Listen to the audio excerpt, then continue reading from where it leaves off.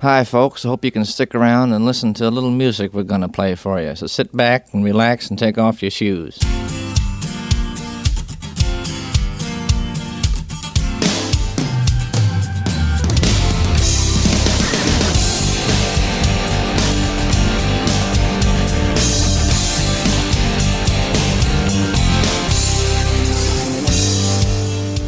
Hey, this is Dan Haseltine. Welcome to the True Tunes podcast. Have you ever had a good friend tell you that he's been scoring a new, independent, episodic television project, and based on that friend's overall skill and track record, you immediately assume it will be something cool, only to find out that the production is yet another look at Jesus and his disciples, and in that moment, something in your stomach shifts a little bit? Hello, I'm John J. Thompson, and when my friend Dan Haseltine, who is best known as the lead singer and principal lyricist for the band Jars of Clay, told me that he was scoring the crowd-funded media project The Chosen, I was happy for him, and I was even more impressed that Dallas Jenkins, the producer, writer, and director behind the top crowd-funded media project in history, had convinced him to sign on. But I'll be honest, I was just not very interested in watching another modern American evangelical retelling of the Jesus story. I've been working so hard to rehabilitate my brain from so many previous interpretations of white Western Jesuses that adding yet another just didn't seem like part of God's plan for my heart or imagination. I figured I'd check it out, but never really bothered to. It had its own app, which seemed kind of odd to me, and my family wasn't super interested, so it sat there on the list, never making it to the top. But then, finally, I watched it, and it was good.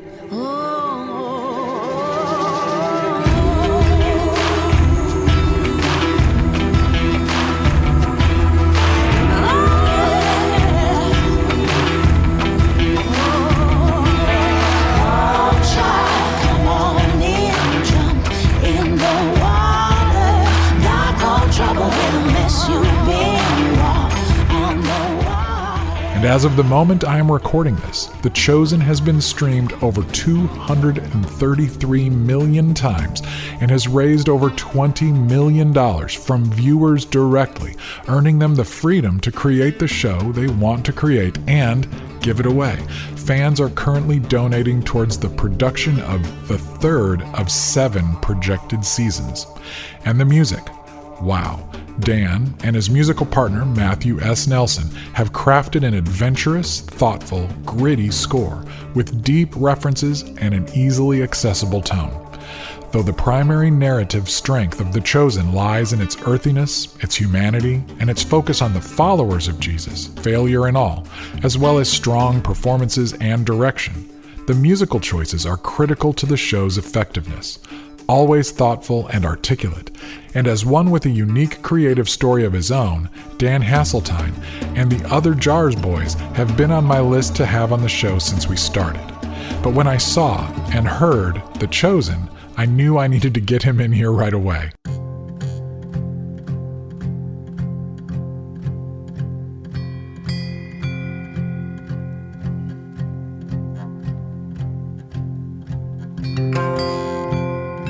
As I've discovered while hanging out with the college students I work with, the independent artists I've produced or consulted, or even established pro artists who have been doing this a long time, getting songs into films and scoring films is something a lot of musicians are interested in.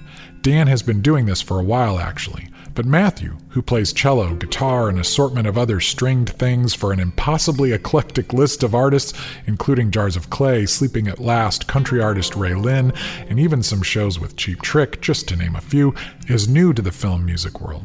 I had a strong suspicion that we would have a lot to learn, not only about the technical and creative aspects of scoring visual media, but the emotional and spiritual challenges connected to the creation of a piece of art that endeavors to reflect what it may have been like to follow Jesus in the flesh. And let me say, we got that and a lot more. These guys were so generous with us, in fact, and had so much to offer that there was just no way we could edit it down to one show. So, y'all are in for a treat. First, we will visit with Dan Haseltine for an in-depth conversation about not only the music he has helped put together for The Chosen, but also the roots, inspirations, and experiences that prepared him for this moment. We'll hear about the growth he and his bandmates experienced when they got caught up in the pursuit of a purpose, a calling much bigger than themselves and their careers, and how that mission has impacted the world even as they have allowed Jars of Clay's creative output to slow to a trickle.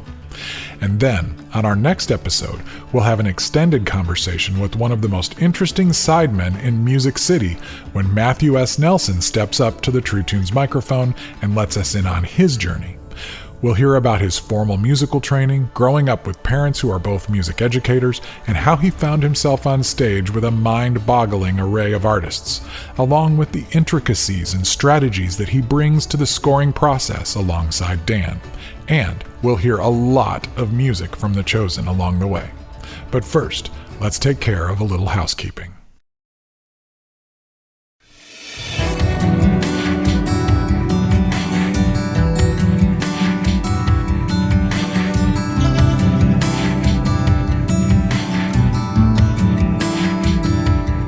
I first met Dan Haseltine back when he and the other members of Jars of Clay were still in college, sometime in the early 90s. I have always, and I mean always, found him to be one of the more thoughtful, gracious, brave, and sincere people I've known in the music scene. We met at the offices of Bloodwater Mission and dove right in. Haseltine, yes, is the correct pronunciation, but I have been called so many different ways, and so I don't, and called much worse. So I feel like I'm fine however anyone pronounces it. Well, Thank you for taking some time with the True Tunes podcast and joining us today and having us here at the Bloodwater Mission office in Nashville. It's great. And Bloodwater Mission is something that you and the band, the Jars of Clay, started how many years ago now? It's been 17 years, I think. It's amazing. Yeah, it's pretty wild to think about it. Just that what started out as just 4 musicians trying to sort out what we were seeing in the world and going, okay, what can we do to step in further, has actually taken shape and become a pretty, influential organization, not really by any of our doings, really because of all the people that came alongside of us, but to see that this organization is doing what it's doing now and having the impact that it's having, it's truly a great gift for us to see. And what is the mission of Bloodwater Mission? What has it accomplished in it? Yeah, Bloodwater in its 17-ish years has raised about $40 million. Wow. Yeah, to help support small grassroots organizations who are doing clean water and HIV support in Africa. So we have been on the hunt for trying to find these small organizations that are doing really good work, that are empowering their communities, that are giving ownership of water projects to people where they live, and then finding ways where if they need support, learning how to be more efficient organizations, grow in capacity so they can do more water projects. That's kind of our role, is to really just say, okay, what are you doing? How can we help? And it's been an incredible season. We've just seen thousands and thousands of water projects come into play, which has impacted millions of people to have access to clean water, sanitation, hygiene, the support they need for HIV, to keep them from being isolated in communities where oftentimes they're exiled because of diseases and things like compromised immune systems. So yeah, it's just been unbelievable. And to see the generosity of people, Jars fans, and then beyond Jars fans in the world to support this kind of work. What was the initial inspiration to dig into something that deep and take something like pop music or even faith-based pop music into something like HIV and water in Africa that seriously? Yeah, well, you know what? I grew up with artists and bands who had a very kind of a social presence that way. Artists like Sting and Peter Gabriel, U2, these people who were my heroes in the music space that were all kind of championing other things. They were leveraging their art and their music to find something that they could have an impact in, because that's what musicians do. Like, one of my mentors gave us this description of a songwriter, and he said a songwriter is someone who looks at the world and describes it. And I think what I always remembered was he would follow that up by saying, and if you're going to take that seriously, eventually you're going to find something that you see that you want to do a little bit more than just describe. You're going to want to like step into it further. And I think that for us was this story about people in Africa who are wrestling with HIV. We were seeing the church at large back in 2000, 2001, had kind of, the loudest voice was a very dissenting kind of voice, or people who were just saying, we don't need to care about people in Africa because this thing called AIDS is just happening because of people's promiscuity. And so this is God's wrath, and you kind of, and so they were like, let's just ignore these people. And I was really shocked by that. And I think a lot of people were kind of going, well, no, that doesn't seem like the right approach. If we have an opportunity to make a difference, why wouldn't we? So, and it's also factually not true. Right. Yes. Well, yeah. It's actually it's not true. Yeah. Yeah. Right. Yeah. But when has that ever been a deterrent for? Let's not let the facts get in the way of a good story. Right? So we just kind of stepped into it and felt like, a lot of it was probably just our ego at the time going, hey, well, we're a big band. We can make a difference. But, sometimes that ego can be useful.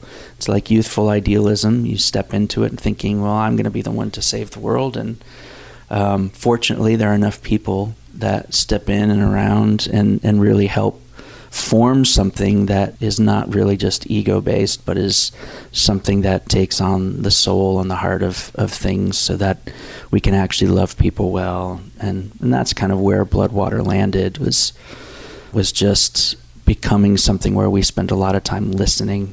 Before we started doing any action, we listened to Africans. We asked, what do you want? What do you need?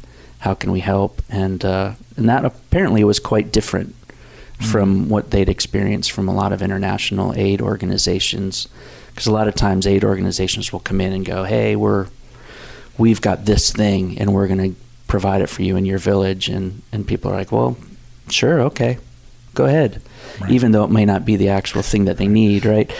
And we were coming in going, actually, what is it that you dream about and want for your community, and then how can we help you create that? And that was just a very different approach. And we didn't know it was different. We were just musicians doing it the way we thought we should do it. Yeah. Looking back now, 17 years or so, can you think of a way or two that this work has changed you as a creative person? This kind of outward-looking stuff, has it affected you creatively? It has affected me.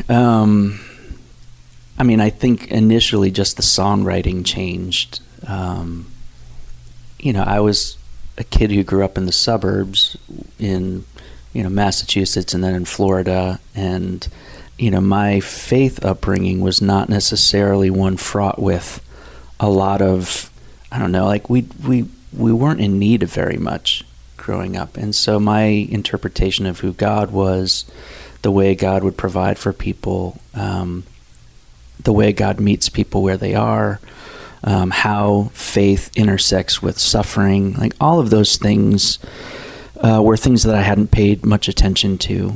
And so when we started interacting with people in Africa and started spending time and building relationships with people who, they wake up in the morning and they pray, God, will you sustain us for today?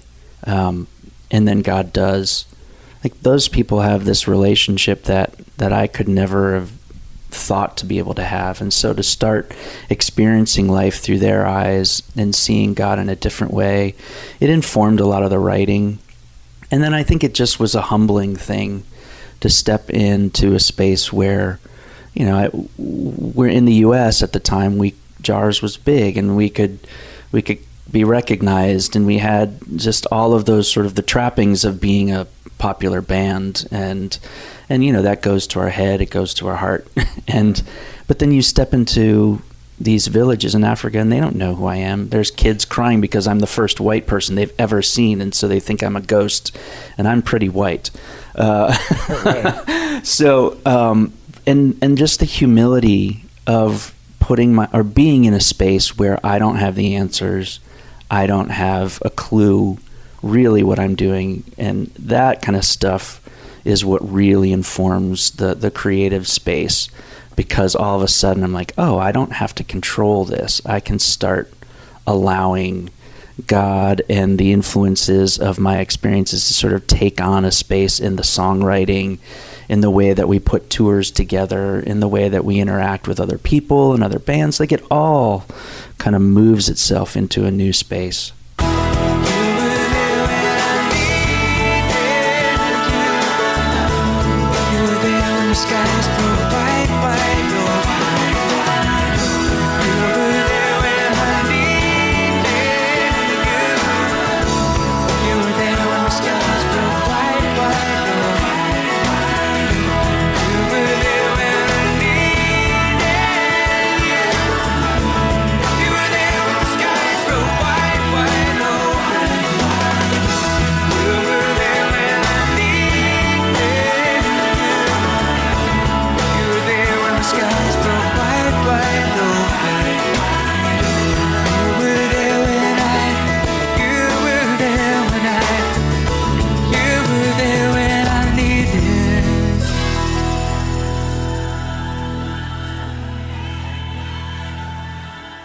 I think, if Jars has been anything, it's been pretty transparent in our writing, in the way that we've done interviews. We were just a bunch of college kids who had, for the most part, grown up in the church. We had all been in youth group culture, and I hope what we did over the span of our career was just not hold back on the seasons we were in. Like, we were able to just describe, like, okay, you know what? We were moving from a place of this kind of naive certainty, which feels like a paradox, but that sense of, like, we know exactly who God is and we know exactly how he works in the world, into the space where we kept hitting up against experiences and cultures and people and ways that God was working that were sort of outside of those agreements that we felt like we had. And so we kept, some people would call it a deconstruction. I don't know that I would call it a deconstruction. I think it was just like, oh, we found a new part of the path, like where we're okay. Now we have to kind of give up and let go of this impression we had of who God was. We have to give up this impression of who we thought we were and the way the world was. And we kept doing that in seasons, and I think it was just maturity for us. It was growing up. Most of our fans, they were about the same age we were, and so they were paralleling our experience in a lot of ways. And I think that's what it was. We kept just finding that the things that we thought were true weren't actually true, and the experiences we were having weren't lining up. And so we had to figure out, well, what does that mean then? And in some respects, it meant that we had to disconnect from certain aspects of what was like the evangelical Christian culture, because we kept going, oh, well, that's not making sense to what we thought this was going to be. And, if we had listened to them from the very beginning, Jars would never have played a bar or a club. Jars would never have made a record that had the ability for more universal themes to exist. Like, we would have stayed very insular and circled our wagons in the church community, but that wasn't the story that we wanted to tell with Jars. And we kept pushing back on the fears. Like, every time someone would say, well, God doesn't do that, God doesn't go to those places, that's not where you're supposed to be, we kept going, well, I'm not so sure. And we at least want to ask the question, is God in this?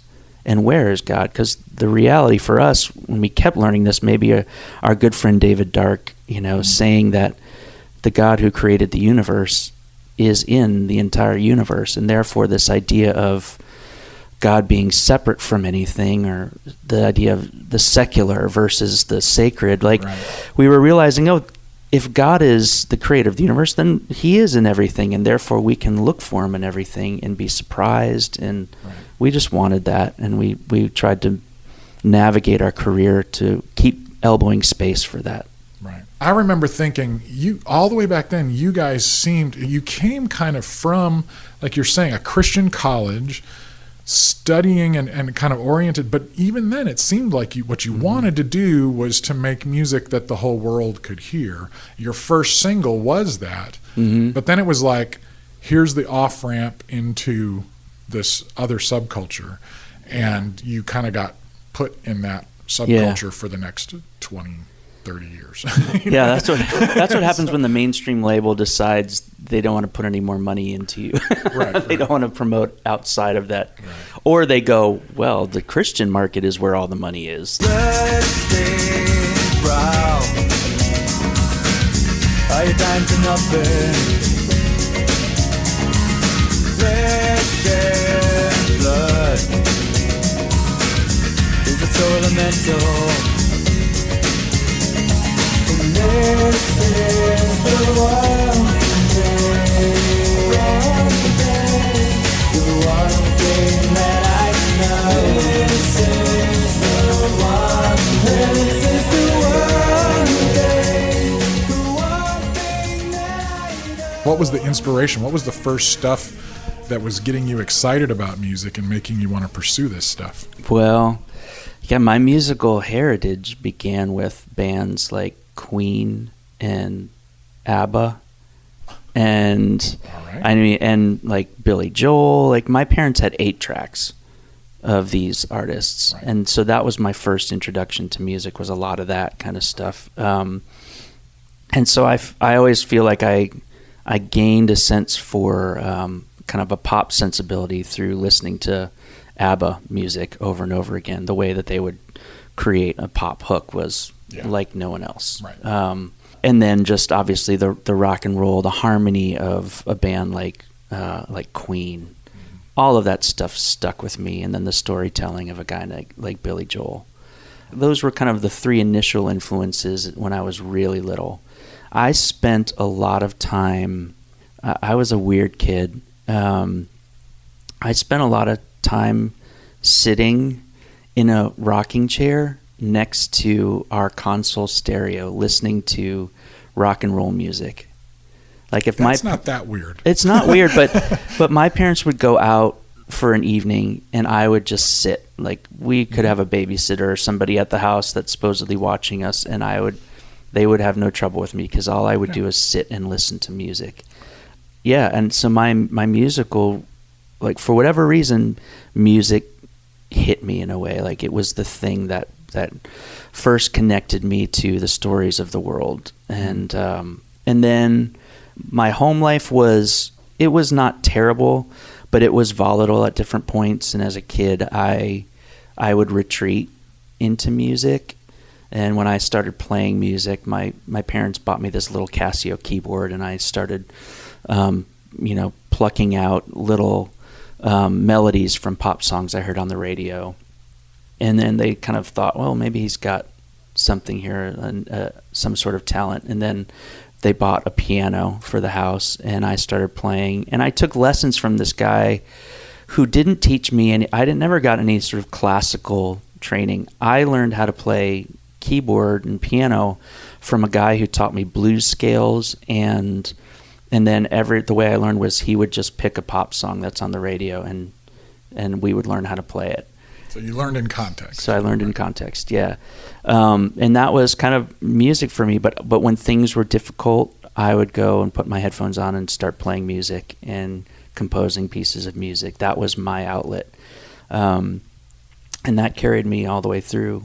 The bands that really kind of took hold of me, though, like maybe one in particular was this group Depeche Mode.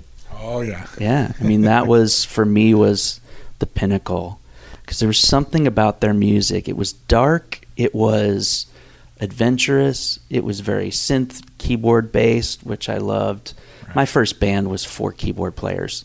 To be honest, I was a nerd. Wow. Yeah, we would Craft sit. work We kind would of a sit. thing. Yeah, we would sit in a warehouse and play New Order songs and Depeche Mode songs and all that kind of stuff. I was a new wave kind of kid. I loved all that stuff. And then, and that was sort of my thing. I just loved that music and the way that they would weave these different melodies all together. If you ever listen to a Depeche Mode record, the thing that you'll find is that there's no solo instruments, but every instrument is doing something melodic. Right. And so I was really learning a lot of music and writing and stuff from them. And then I worked at a record shop.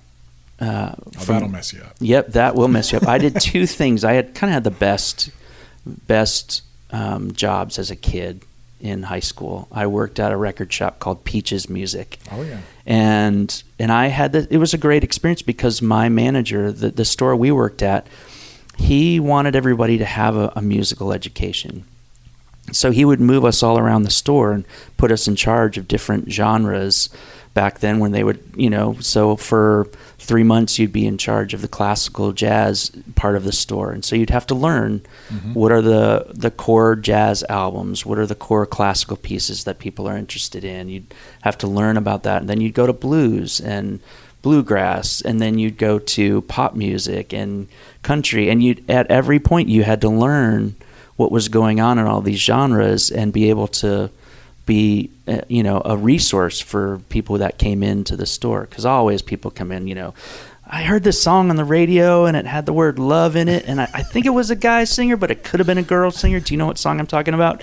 And you'd have to be able to go like, oh yeah, I know what that is. Right. That all informed when I started making music with the guys in jars. It was just like I wasn't listening to Christian music solely. I was listening to everything, and when you listen to everything, you realize that there are themes that tend to come out across the board. Right. There are themes of loss and themes of longing and desire and wanting for connection, and all of those things are in every genre of music because we're human beings making music. Mm-hmm. And all of a sudden I was like, oh, I want my music to have those, and I also want it to sound like the music that I've been listening to. Can't go on thinking nothing's wrong. Who's gonna drive you home? Who's gonna drive you home? Who's gonna drive you home tonight? Can't go on thinking nothing's wrong. Who's gonna drive you home? Who's gonna drive you home? Who's gonna drive you home?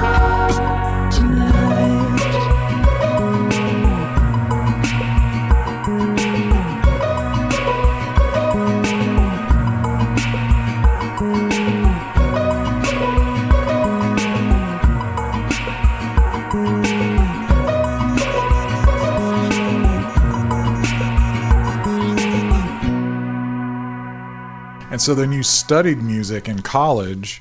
Were you studying music theory and composition and an instrument, or were you studying music business, or what were you? Because you were in that music program at Greenville, and that's where the band came together. Yeah, the music program at Greenville was fascinating. So I wasn't an awesome musician. Let's just put that right out there. I played piano, and I wanted to be a music producer is really what I wanted to be. But you had to kind of go through all the process of learning, So I was taking piano and composition there, performance, and then also doing studio recording classes. And that was really where the band met, was in these studio recording classes. We had to write songs and then record them, and we were actually graded on the recording, not necessarily the song. So, okay. Yeah, but we had to write original pieces to do that. They didn't want us to just cover a tune from somebody else, and that was part of the program. And we wrote a lot of those first Jars of Clay tunes came out of these studio recording classes. We wrote them to get graded on the actual recordings. And the recordings were not very good. We didn't ever get an A on any of them, but we wrote like Love Song for Savior and Like a Child and Fade to Gray. Like those were all songs that we had written as part of this class. So, and that was just like, those were the themes that were coming up, and we were listening to, at the time, Sarah McLachlan and Seal and Stone Temple Pilots and Pearl Jam were all happening at the same time. Toe the Wet Sprocket also, yes. So all those bands were kind of happening, and so we were drawing from all of those different places, and then the techno, the rave culture was happening at the same time, and so we just kept trying to go, okay, well, what would be a cool combination of things and sounds, and all of that just came in those days at Greenville College experimenting. And we would go into the studio at 8 o'clock at night and leave at 3 or 4 in the morning, because nobody else would use the studio, and we would just experiment with different sounds and stuff.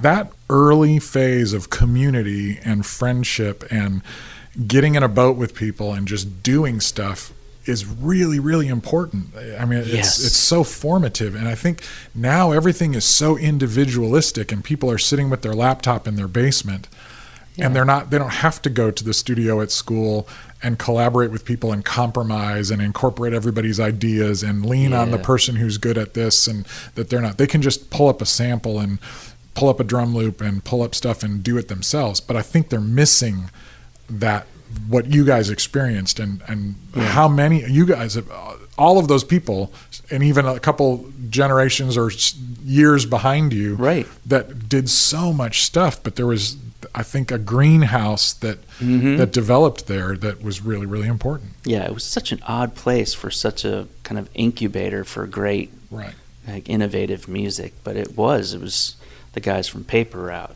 Sarah John, if you remember her, was part of that. Like, there were a lot of great and talented people in that space.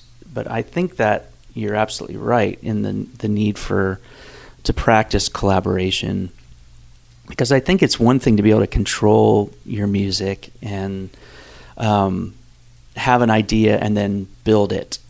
But it's something else when you're able to just say, hey, I've got part of an idea, and I have no idea where this is going to end. Like, the open-ended nature of collaboration is the magic of music, I think, because it really does allow you to not, like, hold on to everything so tightly. Music is kind of an open-handed thing. Creativity is an open-handed thing, and so you want other things to influence it. It's just, that's what gives you that sense of surprise. The happy accidents that happen in the studio are so amazing and so fun. And like, a lot of us want to avoid those now, because we can sit with our laptop and create something and perfect it. But in a way, like, the soul of the music is kind of in the imperfection and the way things come together that you wouldn't expect. So so if there's a lack of control that comes from collaboration, I think that's a vital piece to be able to experience. We'll have more with Dan Haseltine right after this. It is harder than ever for us to stay connected. There is so much noise out there that it can be impossible to lock in on the signals we really want to hear. When it comes to the True Tunes conversation, there are a few things you can do that will really help us stay connected with you. First, sign up on our email list. It really is important to know that we can communicate directly with you without having to pay a middleman like Facebook for you to see what we post. Second, make sure to watch for the confirmation email and confirm it. Then, add us to your contacts so our messages don't get caught in your spam filters. Next, find us on Facebook at True Tunes Now and like us there. Find us on Instagram at True Tunes Music and follow us there. And you can follow me on Twitter at John J. Thompson. Also, I curate a weekly Spotify mix that I invite you to follow and enjoy. You can find the link on the show notes page, and we even put it right up there on the front page at truetunes.com. I've pulled together over 5,000 songs for our listeners, about 40 at a time, and it's a great way to hear new artists, remember some great stuff from the past, and even hear some classic mainstream tunes from a different perspective. Check it out and let me know what you think. And thank you for continuing to tell your friends about this show. If you have taken the time to write and post a review and give a 5-star rating at Apple Podcasts, that means so much. If not, please do. Please keep posting links and inviting folks in your world into this conversation. All right, now back to the conversation with Dan.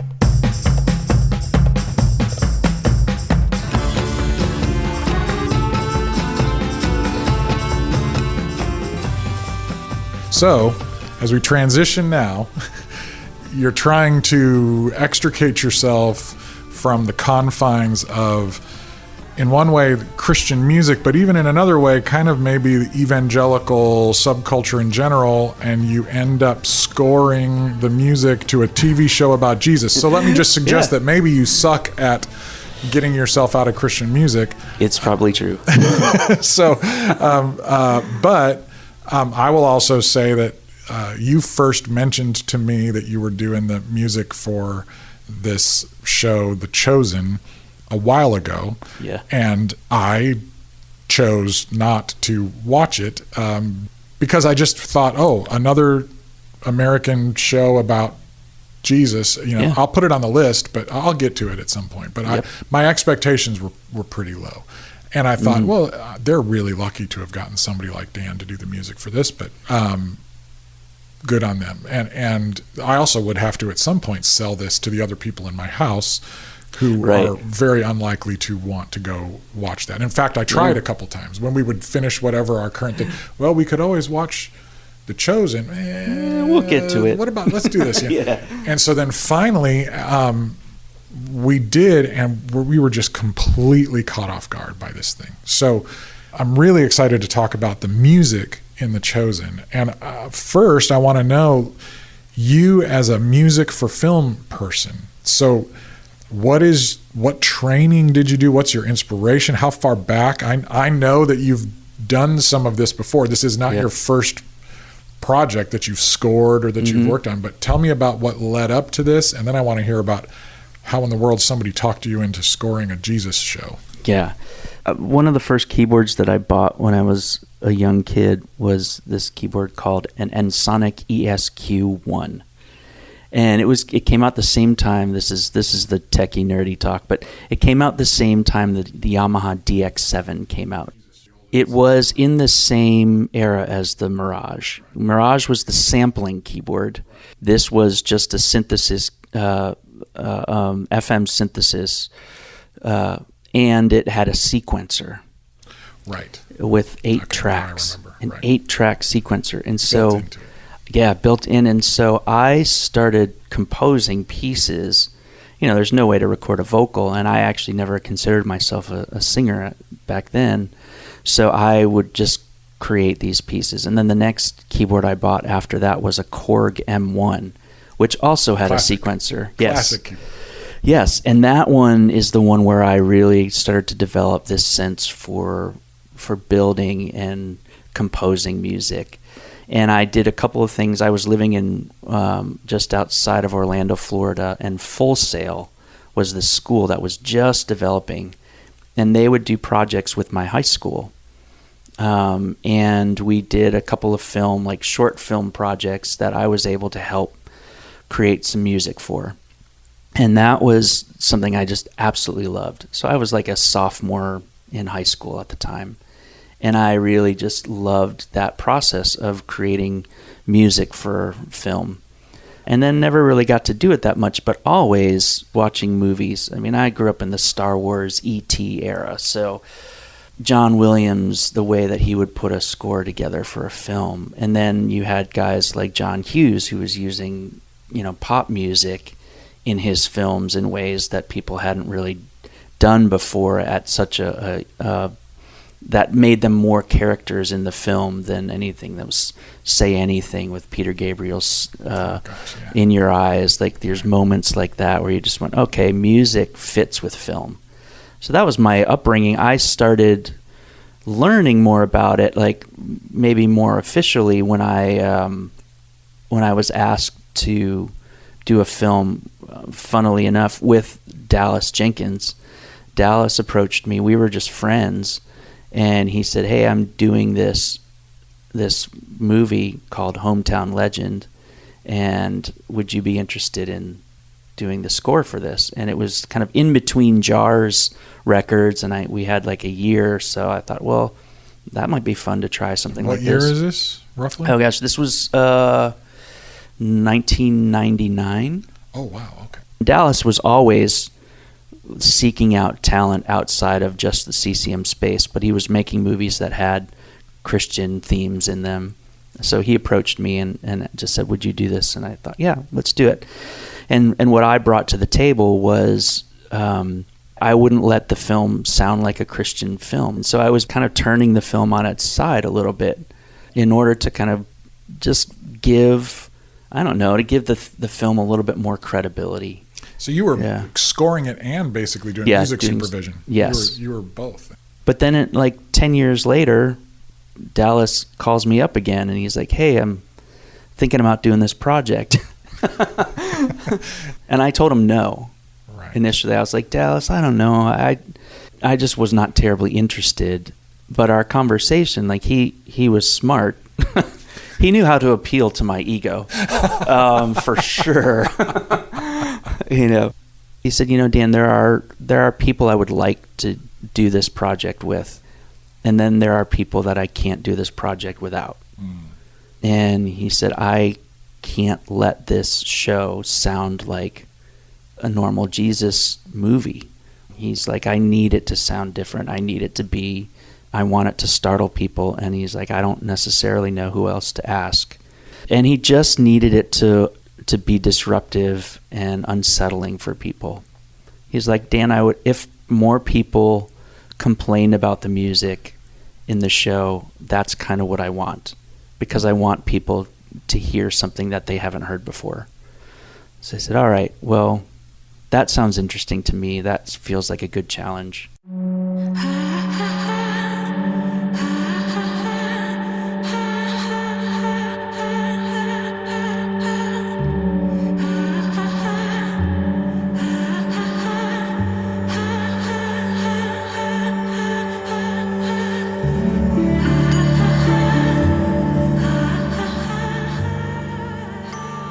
As you've gotten into this thing, you really have, and you're not the only one doing it. You've got quite a partner. Yes. So, and with Matthew, tell me about your connection with him, and give me a little bit of perspective on your partner in this. And obviously you've worked together before, but tell me about Matthew. Yeah. So I got off the phone with Dallas, and I started to think about what I wanted the show to sound like. What were the elements that I think would make real sense? And it started with this idea. Okay, let's take a few different pieces. And as I was thinking about it, I thought, well, Middle Eastern drone would be a really good musical bed. As I had learned about drone, and even when you use it for mantra or contemplative prayer, things like that, it's the God note. They call it the God note. It's the core, the base, the root. And so I thought, well, it would be good to have that as a core piece, and it obviously brings in the Middle Eastern element into a show that is set in the Middle East. So that was the first thing. And then I was thinking about what is the sound of oppression? Because the culture was a slave culture, but how do I translate that to an American audience And I thought, well, I think American Southern slave spirituals is a good place to start. And so I thought, well, let's incorporate that piece into this. So there's these sort of Southern elements of like Ruby Amanfu as a vocalist in the show, and we used some samples, and a lot of the rhythms that we chose to use early on were sort of like chain gang style rhythms. And then I thought, well, what else? What has that same quality of scale that Middle Eastern music has without being Middle Eastern music? And we landed on Delta blues. The sonics of this you really have designed something that that seems to have subtly and in the background told us some things about right where we are. And I think, and that's really where Matt Nelson comes into play, is because I knew that the tones that I was wanting to create were not things that were within my wheelhouse, really. Like, I'm not a guitar aficionado by any means. Like, I'm the three chords and the truth kind of a person. But Matt Nelson is a multi-instrumentalist, and he had been on the road with Jars for a lot of years playing live with us. We had kind of stripped our sound back to, I was playing drums at the front of the stage and singing. Steve was on guitar, Matt was on guitar, Charlie on like a Wurlitzer, and then Matt Nelson was playing cello. Right. But when he came out to play cello with us, he would bring this massive pedal board with him, and all of these, like, he would just create all of these noises and sounds. And he was a lot of classically trained musicians have a hard time on the improvisation side of things. But he was so reactive and capable of improvising in the middle of a show. And then he also grew up listening to a lot of progressive music like I did. And so he had all of that in his wheelhouse. And I thought, well, this is the guy I want to collaborate with and work with on this show.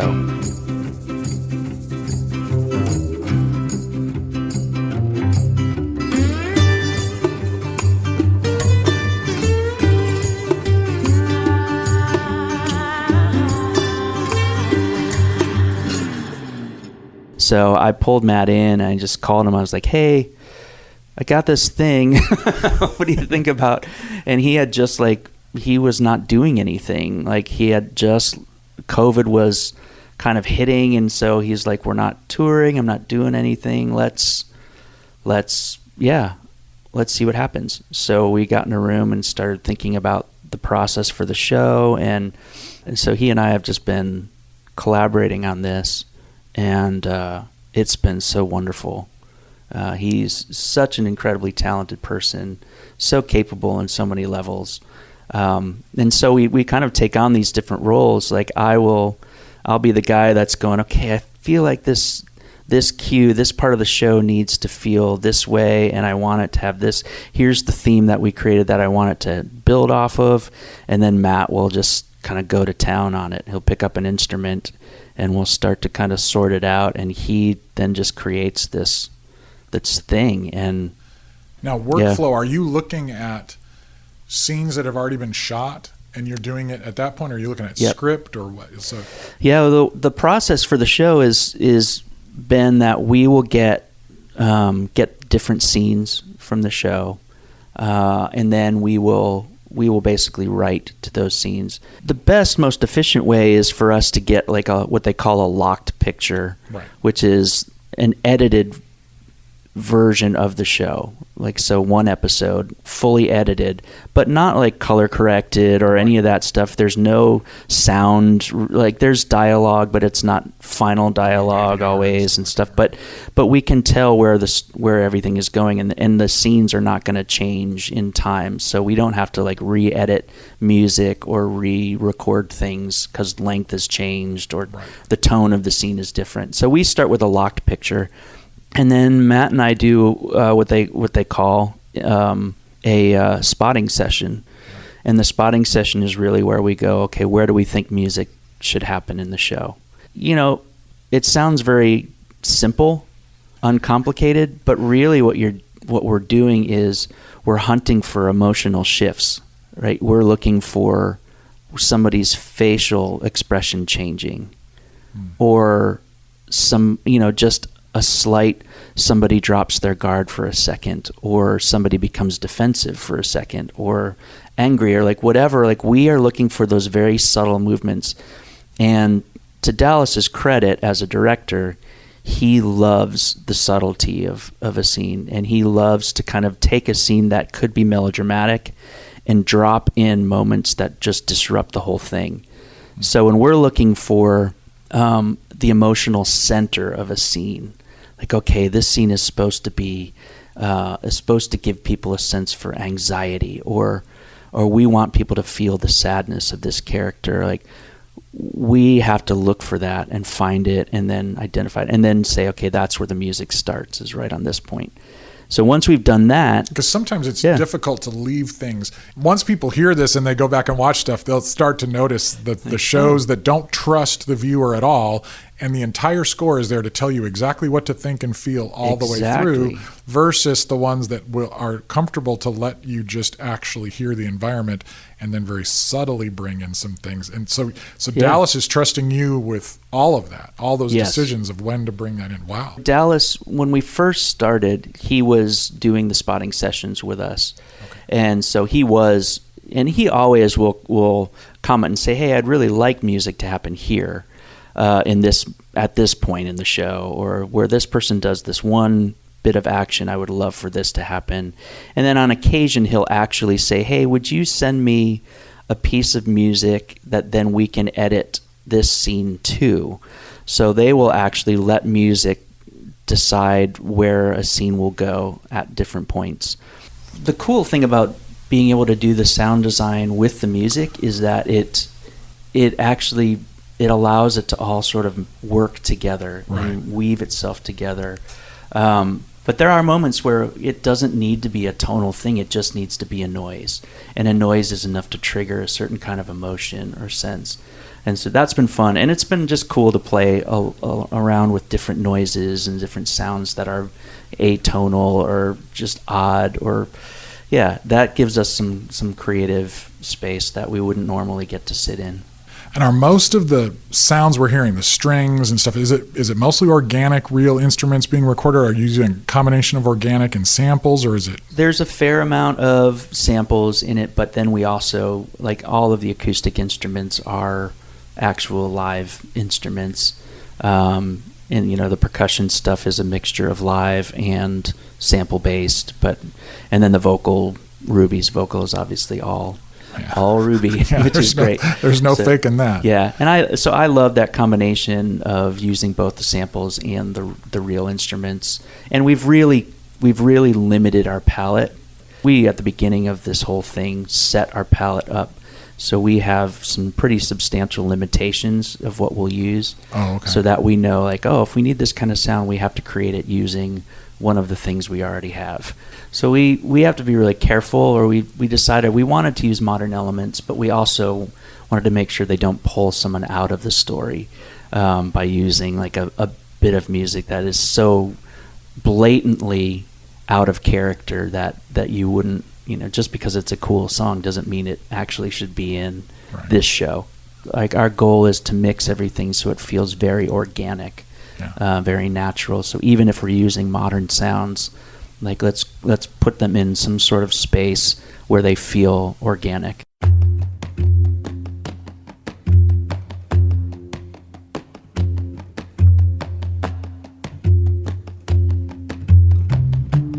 Part of my job, aside from putting the right music in to like play to the emotion that needs to happen, is also to surprise Dallas. Oh, wow. Like, I really want, like, I'll see a scene and I'll go, okay, I know exactly what they're thinking could happen here. Right. Let's do something different. Cool. And and I think that's kind of the fun piece. And that's where I think Dallas also, why he steps back too, is I think he likes the fact that sometimes he gets to be surprised. Mm-hmm. He's not just dictating, okay, I need this melody to be really beautiful and sweet here.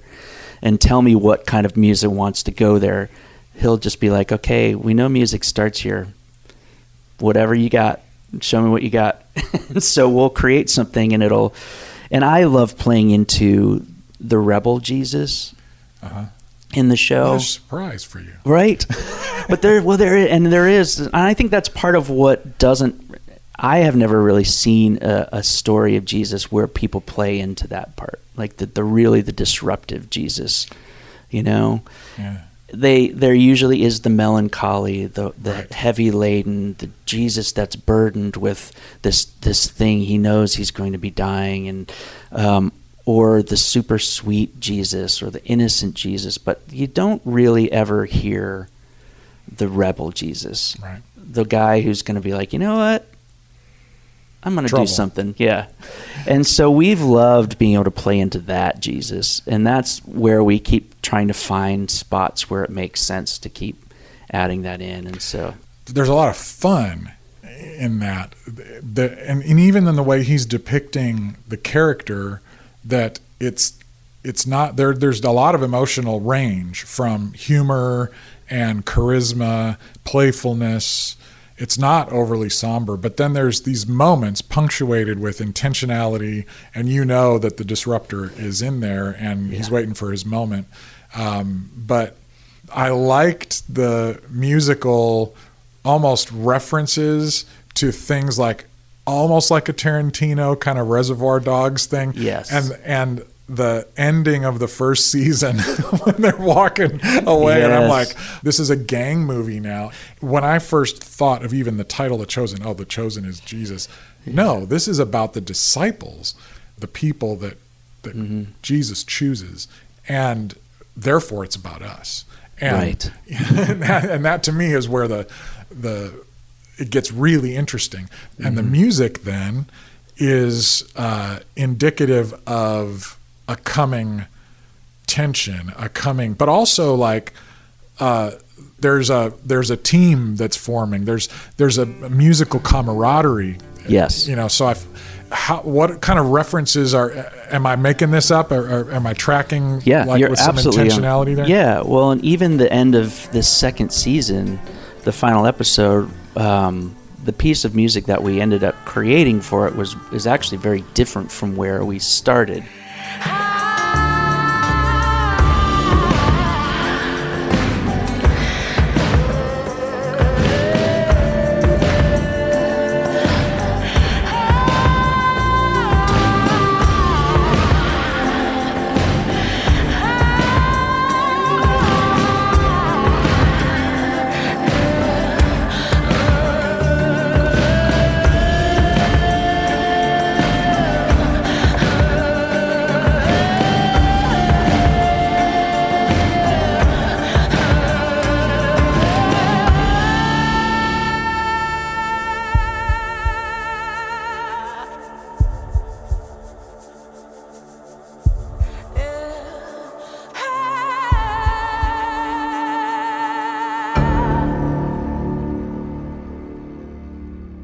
We're going to take a quick break, but we'll be right back with Dan and more of our conversation right after this.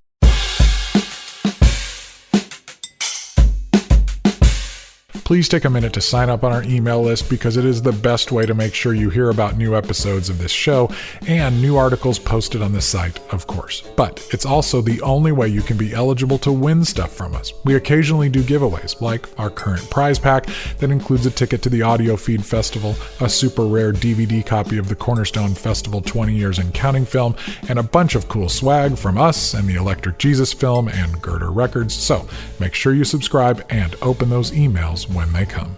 You are going to want to make plans to be in Champaign, Illinois this Labor Day weekend for the live debut of Three Sick Teens, a fun version of the band from the Electric Jesus film, including singers Wyatt Lennart and Sarah Hutchinson and other actors from the film and more, when they open for the Danielson family. I'll be on hand and we'll be doing live True Tunes podcast events and conversations. I'll also be performing a set with my band The Wayside, so make your plans now and come join join us in person for this amazing experience that will include a full screening of the film. All of the information is available at audiofeedfestival.com, and we are so excited to announce that the wide release date for Electric Jesus has been set for November 2nd. It has been a long time coming. Make sure to check out the Electric Jesus podcast, produced by myself and Bruce and featuring writer and director Chris White and a pretty amazing cast of guests. Season 1 is available now. The Rock and Roll Road Show. Praise the Lord and pass the ammunition. Okay, back to my conversation with Dan.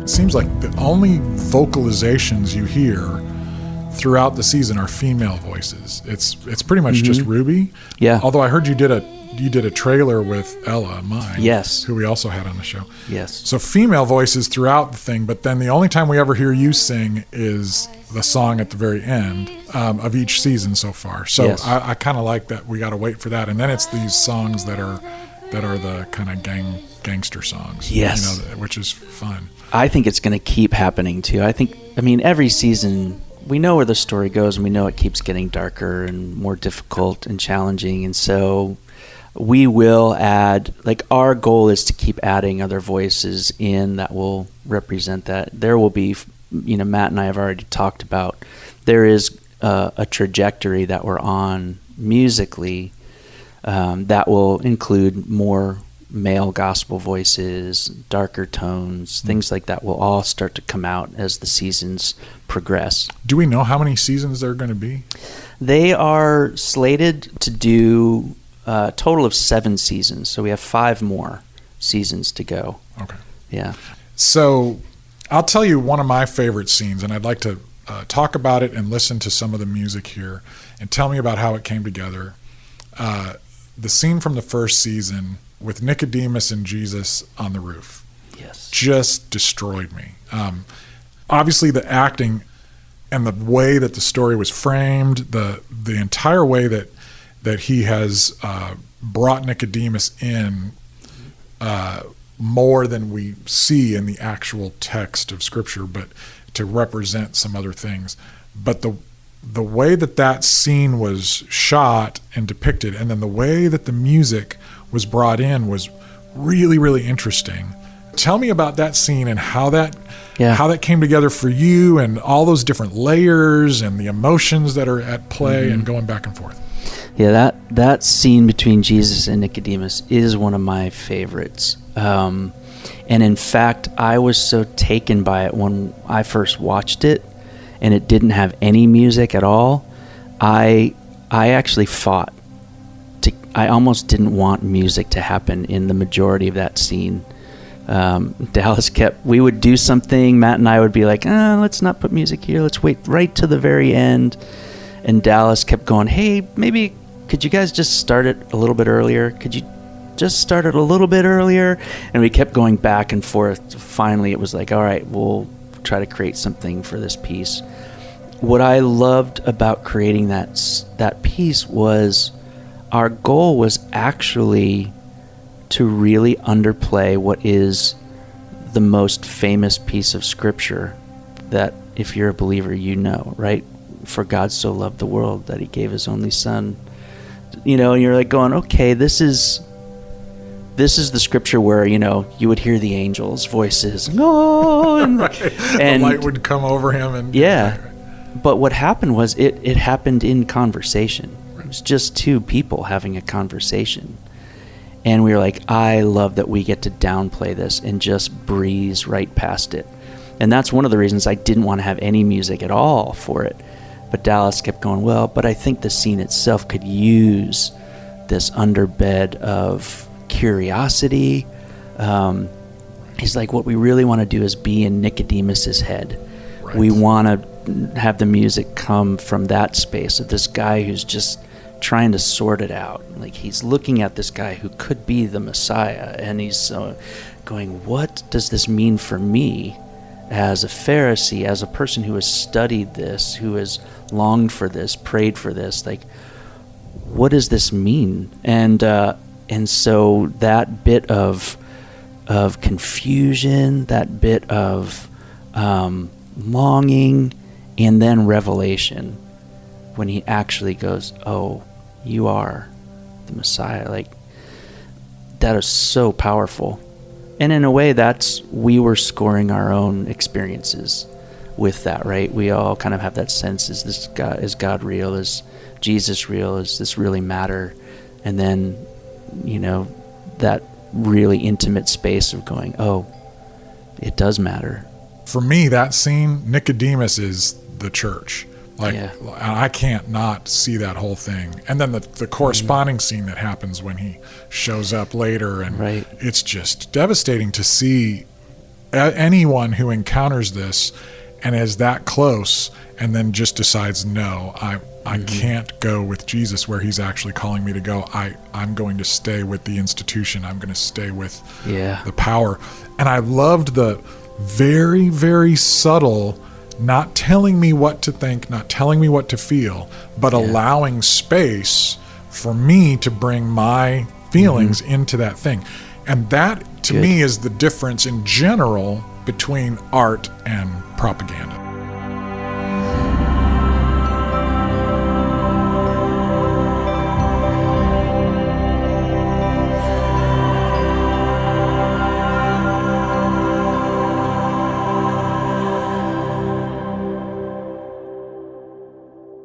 Music and film, at least as I want it to be, is an invitation, but not an instruction. Like, I don't like when music does that, like you were describing. It tells me exactly what to think or feel. I want it to just be like, hey, this is a story. You find yourself in the story, and then you get to choose whether or not you're going to adapt to what we're playing, or you're going to just pick your own emotion. And so our music for the show in general is going to be pretty vague in that way. We'll create some signposts because there's some areas of foreshadowing where we need a person to feel a certain thing, but very rarely will we dictate the emotion of a scene. We want to just nod to it and make a suggestion. You could see this as a very sad part of the show, or you could see it as a very confusing or frustrating part of the show, or whatever you want. Like, we still want to give people the empowerment to think and feel what they're thinking and feeling. That's how they own the story, right? It becomes our own when we get to internalize it and feel it and experience it our way. So, and I've always felt like I was either being lied to or being talked down to when shows kind of created that much of a certainty around the emotion of a scene. Like, when you're telling me what I'm supposed to think, I feel like you're treating me like someone who's not very smart. But isn't that kind of similar to the tension we've both felt in the proper Christian art world, where if the art is really secondary to the underlying purpose of the art, which is to deliver a message or to reinforce a cultural code, then really the art is just an excuse, and that's the propaganda. And so we've been down this road so many times to say, I really just wanted to tell a story and let the participant, the audience, decide and react. And in general, that's been a pretty decent model for art engagement throughout human history. But there's always, and not just in Christian art, but there's always been a tension between some people that say, no, that's not enough. This has to sell my product. This, whatever that product might be. Yeah. And that tension is universal, ubiquitous. It's not unique. It's not something that Christians need to pull their hair out over and go, it's the same thing with pop music. It's the same thing with political music. It's, do you trust your story? Do you trust your work? Or is the work just a means to deliver an ulterior motive? The problem that I have found is that if you need the music to set the emotional tone with such force, then you're probably actually lying in your character. Right. You Right? haven't done your other job. You haven't well. done the other job well, because the person is obviously not reacting in a scene as a human being. And so that person, so you need the music then to carry that and give a person the emotion to experience. And I think that's unfortunate. I think a lot of that's been part of the problem and challenge of Christian filmmaking is they take the agenda and they put it first, and then they create characters who aren't actually responding to the way the world is happening around them and their environment in human ways. So none of us can actually relate to it. So then it's like, well, if I can't relate to it, then I don't know how to feel about it. So, here's the music telling me how I'm supposed to feel about it. And it's just a cheap way of creating, space for the agenda, but it's not actually telling a true or right story. So you can pretty much tell if a character is lying to you if the music has to be so robust in order to get you to feel something. And so that's one thing that Dallas is great at. He's telling the truth in the way the characters respond. No precious is the flow that makes me white as snow. No other fount I know. Nothing but the blood of Jesus.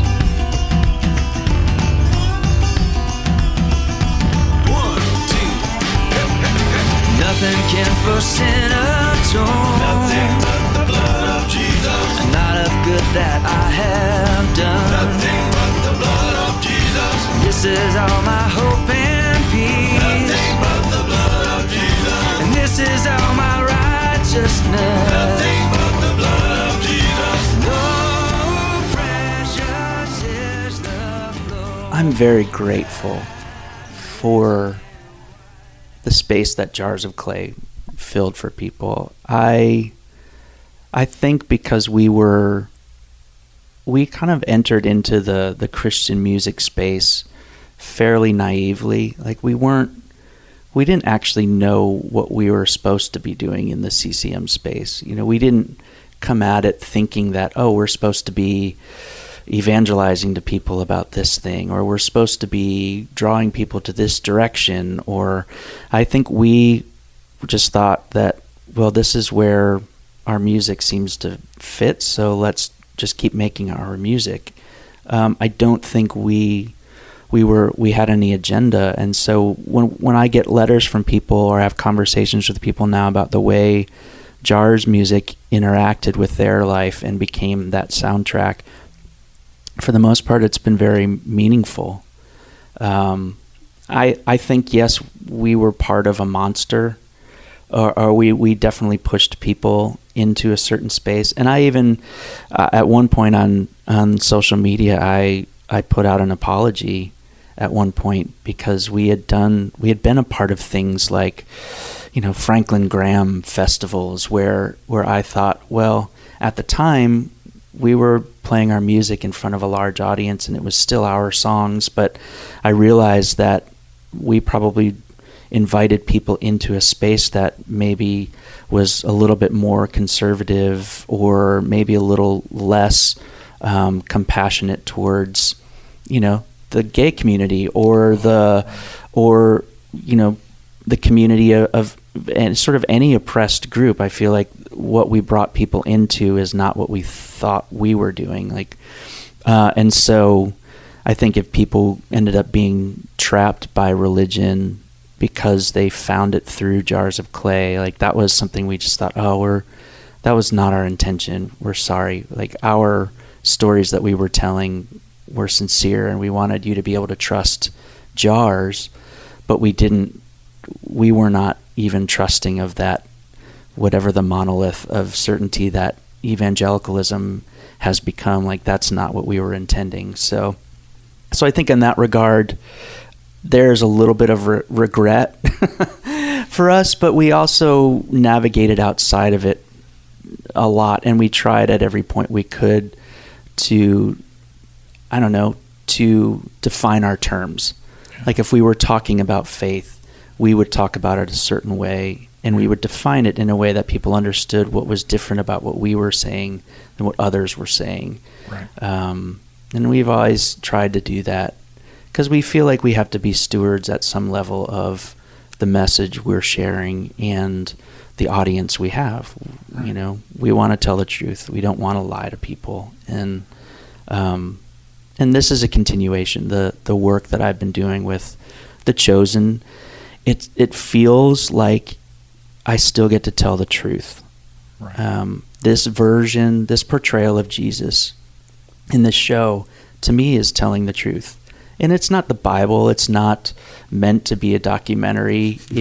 But it's telling the truth about the human experience and the characters around Jesus and what they probably felt or what they were in the midst of. Like all of that stuff to me is saying, okay, this is what life is actually like. It's challenging, it's frustrating, it's difficult, it's hard, it's joyful, it's amazing, but you have to experience all of it and hit it head on. So that's what I get to do musically. January 1, I got a lot of things on my mind.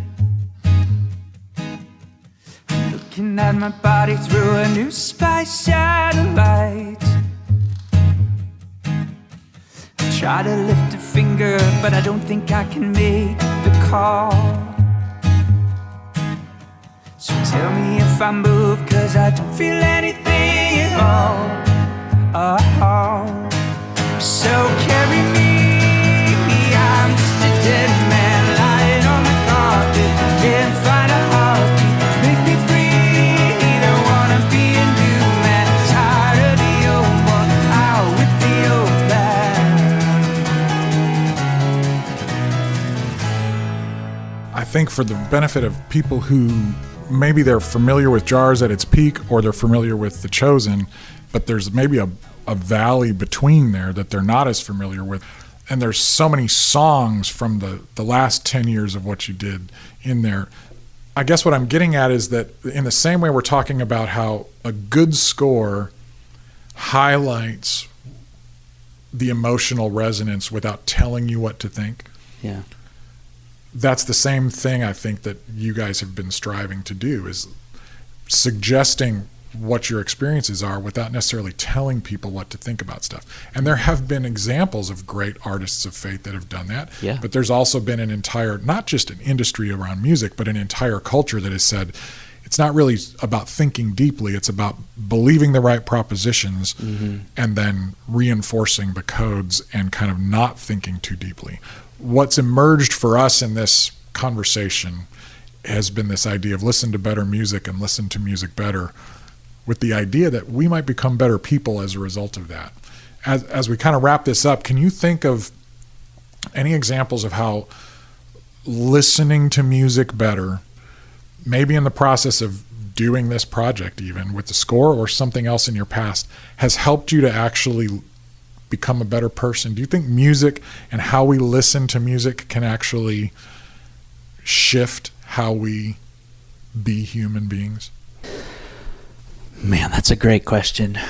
John, I think that every singer, songwriter is trying to let people into their story.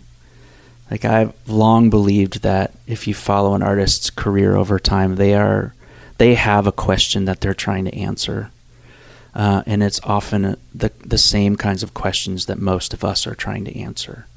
And so to kind of move yourself out of the space of just using music to be the background for what we're experiencing ourselves and allowing us to listen to music from that writer's perspective. Like, just for a minute, shut our own story off maybe and go, okay, what are they actually telling me? Like, what are they asking? What is this question this artist is dealing with? And then how are they answering it? Like, how are they actually getting to this point? I think that for me has been huge. Trying to sort out why an artist would tell this story in their song. Why would they choose this music? Why would they choose this topic? all of that is so vital. I even tell my own kids, like, there was a long season where I felt like when Jars was predominantly in the Christian music space, people would come up to us and go like, oh, what do you think? My kids, they want to listen to secular music, and we're trying to make them only listen to Christian music. What do you think about that? And I'm like, oh, please let your kids listen to whatever they want to listen to. I'm like, the goal is not to shut a person off from other people's stories. The goal is to listen to music, take in those lyrics and go, okay, where is this telling me the truth, and where is this lying to me about the way the world is, about the way people are? That's how we learn from other people's stories. And we're not going to learn anything from people that think just like us. We need someone to turn the cube another direction so we can see it from a different angle. That's what artists do. That's what musicians do. And if you're not willing to step into that space and view it from their viewpoint, you're not going to learn anything. And then you're just going to be a scared person, right? You're going to be a scared, isolated person. So I think people have to look at music and find that space, elbow that space to find the time to look at another person's story, the expression of that story through a song or an album or a career of music, and see if there's anything to learn from it, because I bet there is. Have you ever stood out in the rain? Watched love grow cold and roll away, and in your heart feel the weight that things will never change. Not alone.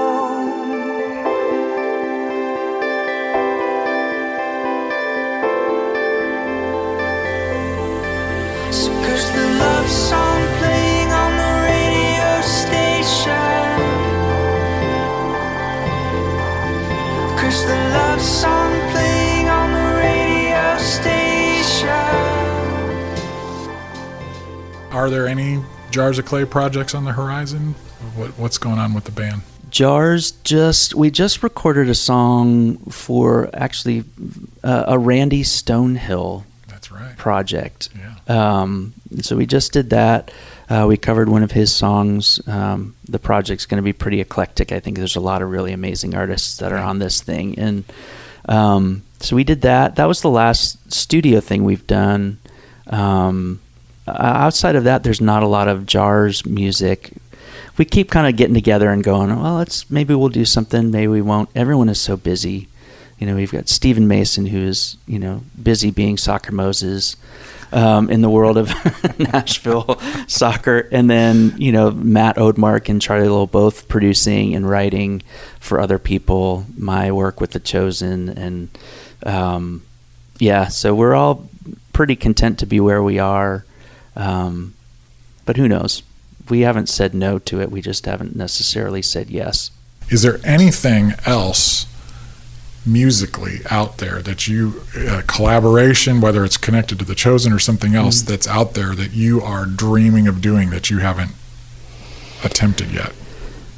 I keep coming back to the idea of putting out my own, like just writing a record for myself, and I keep getting paralyzed by the amount of options, but I do have just a strong desire to collaborate with a lot of people and make some more music. I always loved playing and collaborating with, I did a project with a couple of my good buddies, Matt Bronloy and Jeremy Bose, called The Hawk in Paris. Right.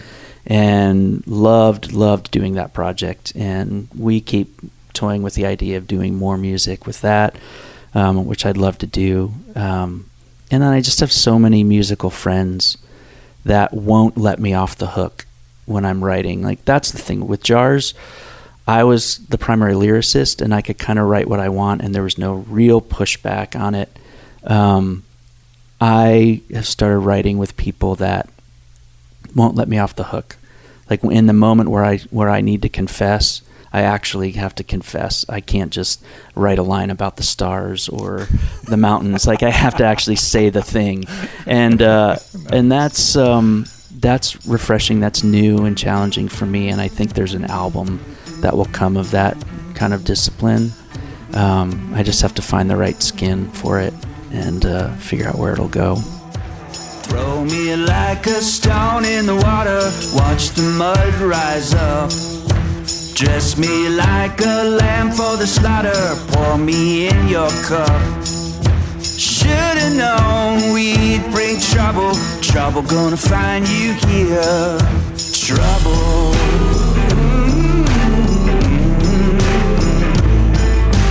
Trouble.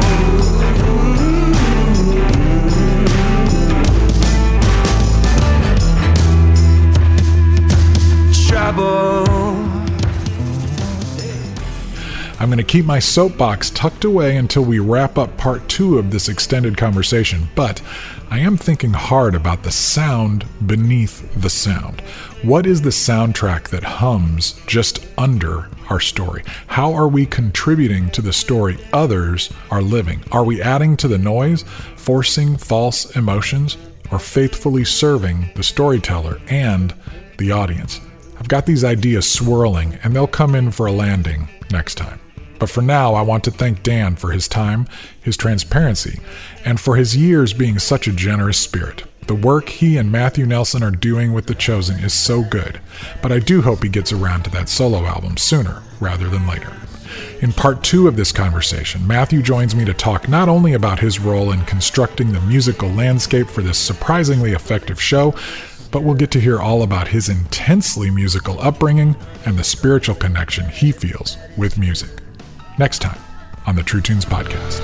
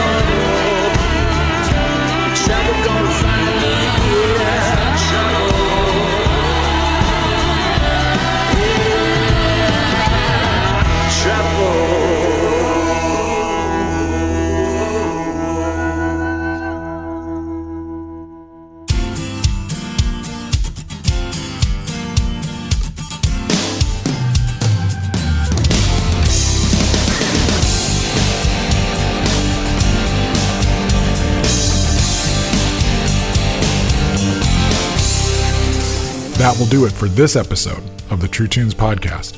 Thank you, of course, to my brother Bruce A. Brown for his incredible work in the producer's chair. Not only would I not be able to do this show without you, Bruce, I'm not sure I would even want to. I want to thank our new Patreon supporters for their generous support. Our patrons get early access to higher quality audio files of each episode that they can download. We also do some online meetups and more, and we'll soon have some Patreon-only swag available. If you'd like to support this show by joining our Patreon circle, you can find the link on the show notes page, or just go to patreon.com/TrueTunes and check it out. And thanks, of course, to Phil Keggy and Rex Paul for our theme song, and thanks to The Chosen for letting us use so much music from the series. You can find a complete list of all of the music used on this episode and some cool photos and links on the show notes page at TrueTunes.com. Don't forget about joining our email list, following our weekly Spotify playlist, and telling your friends about this show. The contents of the podcast are protected by U.S. copyright law and are the intellectual property of Gyroscope Productions, with the exception of songs or clips that are from previously copywritten materials. Everything on this episode is used by permission or under fair use provisions. This program is intended for the private use of our listening audience. Gyroscope Productions can be reached at jjt@truetunes.com or P.O. Box 60401, Nashville, Tennessee 37206. Until next time, this is JJT thanking you for listening and inviting you to come on back. Peace. The time has come.